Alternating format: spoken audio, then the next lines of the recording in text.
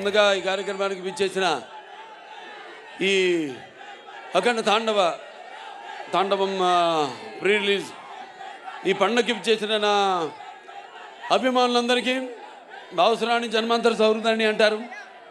అంటే పూర్వజంలో కొంతమంది పరిచయంతో ఆ వాసనతో ఈ జన్మలో ఒకరితోని పొందొచ్చని, కానీ ఇన్ని వేల లక్షల కోట్ల మంది అభిమానుల్ని పొందడం అంటే అది మరి ఒక తల్లి కడుపున పుట్టకపోయినా మీకు నాకు ఏ రుణానుబంధమో, ఏ జన్మల అనుబంధమో, ఏ విడదీయలేని అనుబంధమో కదా నాకు అనిపిస్తుంటుంది.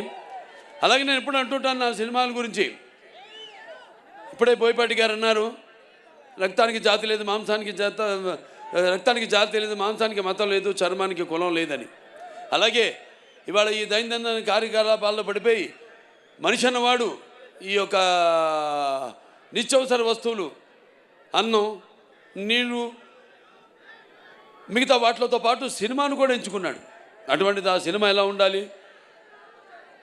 అన్నది ఆలోచించాల్సింది మన చలనచిత్ర పరిశ్రమలో పెద్దలు.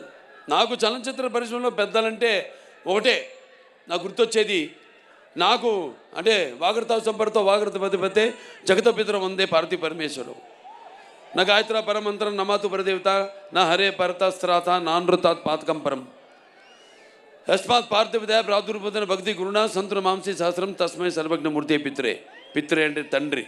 నాకు సగం శరీరాన్ని ఇచ్చి నాకు ఇంత ధన్యమైన జన్మనిచ్చి మరి మీ అందరి గుండెల్లో ఆయన ప్రతిరూపంగా నిలిపినందుకు దైవాంశ సంభూతుడు, విశ్వానికే నట విశ్వరూపం ఎలా ఉంటుందో చూపించిన యుగ పురుషుడు,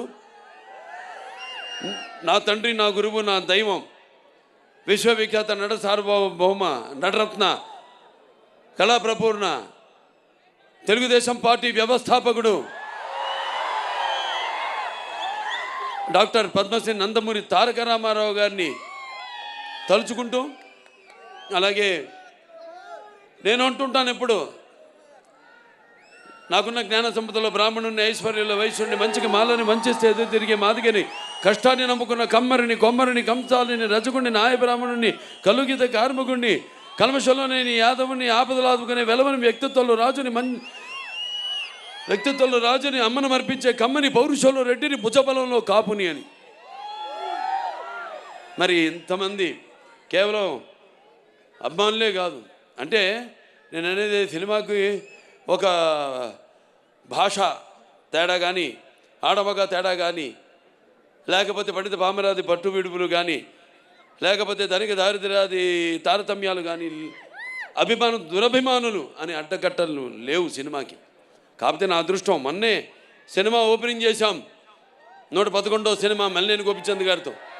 అందులో డైలాగ్ ఉంది అంటే ఆ రోజు మీరు అంటే చరిత్రలో చాలామంది ఉంటారు, కానీ సృష్టించిన చరిత్రను మరల తిరిగి రాసి సృష్టించేవాడు ఒక్కడే ఉంటాడు. నేనే ఈ చరిత్ర, నాదే ఆ చరిత్ర. ఇవాళ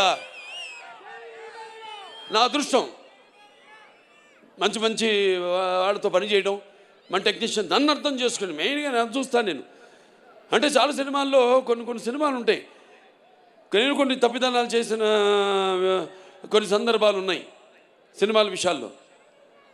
అప్పుడు తెలుసుకున్నాను, ఆత్మను పట్టుకోవాలి. సినిమా అంటే ఒక ఆత్మ, మమాత్మ సర్వభూతాత్మ.